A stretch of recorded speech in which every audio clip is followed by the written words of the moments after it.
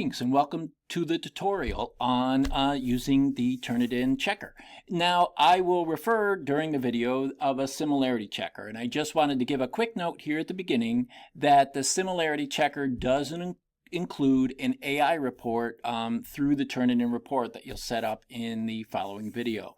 Just a reminder that AI checking tools are not 100% perfect, and that the information you garner from that report should be measured against students' past reports, students' past work, all of those items, and shouldn't be a sole determinant on how much AI has been used in the work, but as a reference point. So if you have any questions, please let me know, and we'll go on to the tutorial. Be well. Greetings. In this tutorial, we are going to go over setting up the Turnitin similarity checker in an assignment in the Brightspace tool. So let's take a look. So here we are in the assignment tool. You can start from creating a new assignment, but I have a test assignment set up here with some of the things already checked. So I am just going to go into edit assignment. Like I said, you could also start with a brand new assignment as well.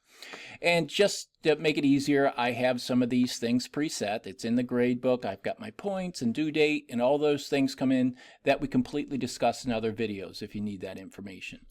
But where Turnitin can be found is right here in evaluation and feedback. So if you go to this arrow here and drop down this menu, scroll up a little bit so you can see all the options available to you, and we'll go down here to the bottom and go to Manage Turnitin. Click on that.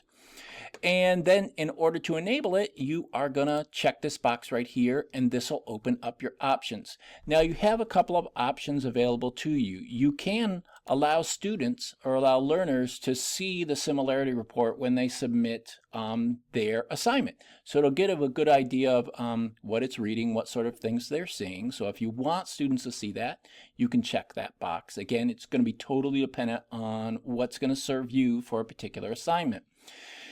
And then this top one here will automatically run a similarity check whenever a student submits an assignment. If you wanted to sort of do this in post, you could identify individual submissions if you wanted to run a report on just those individual ones.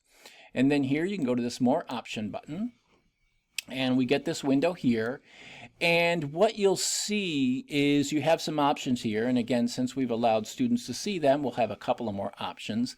Any of these options that are checked out in gray are not available in this particular tool because Turnitin is working through Brightspace. Those are kind of blocked out, and they're handled by some of the tools that are already existing in the assignment tool. So you don't need to recheck those boxes. Now here, this might be one you'd want to take a look at. This is going to look where students' papers are submitted to for further reflection, or if they're going to be used. Now you can have those papers put into the standard paper repository, or if you don't want your students to be papers to become part of that repository, you can check this option here and have that the student, that they, although they'll be checked, they won't be reposited in the student repository at Turnitin. So again, that option is completely up to you. What will best serve you and your students. Now here you have some other options available to generate reports immediately.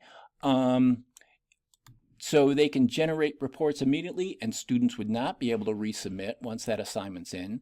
They can generate the report immediately, and students would have the ability to resubmit, especially since we checked that first option, and they could see what that similarity report is coming back as. So they would have a couple of chances, up to 3 times, to resubmit again, or it will generate that report on the due date, and students would be able to resubmit up until that due date, but they wouldn't see that similarity report until that due date had passed. Now, so again, whichever one best serves you is the one that you should select. It serves you and your students for any given assignment, and that may change depending on the assignment. Now, some other options that you have available here are to exclude things like bibliographic materials and so forth, because those may be very similar paper to paper and may affect the report. So some of the things that you may want to exclude being considered when the report is run. And then you can choose what items you're going to compare the students' papers and their submissions against. And just, kind of, if there is a particular template or something that you want to add, that is where you could add it in here. So, and if you made a lot of changes here, you may want to click this box here, which would save all these settings for, future assignments within this course. And then once you have this set where you want it, click Submit. And you'll see you got your options here. Make sure you click Save. And then once you are all done, I'm going to make this assignment now visible to my students. I'll click Save and Close. And you'll see here in the test assignment, you'll see that this is in the grade book as I'd set it here. The due date is right there. But this symbol right here in the very right, sort of the paper with the, I guess, binoculars, those would be that are there, lets you know that this is set in Turnitin enabled. And you can see as I scroll over that, that is the case. Now, that's a quick overview on how to set it up, that Turnitin on your assignment. If you have any questions, reach out to me at cetl@uni.edu. Be well and have a great day.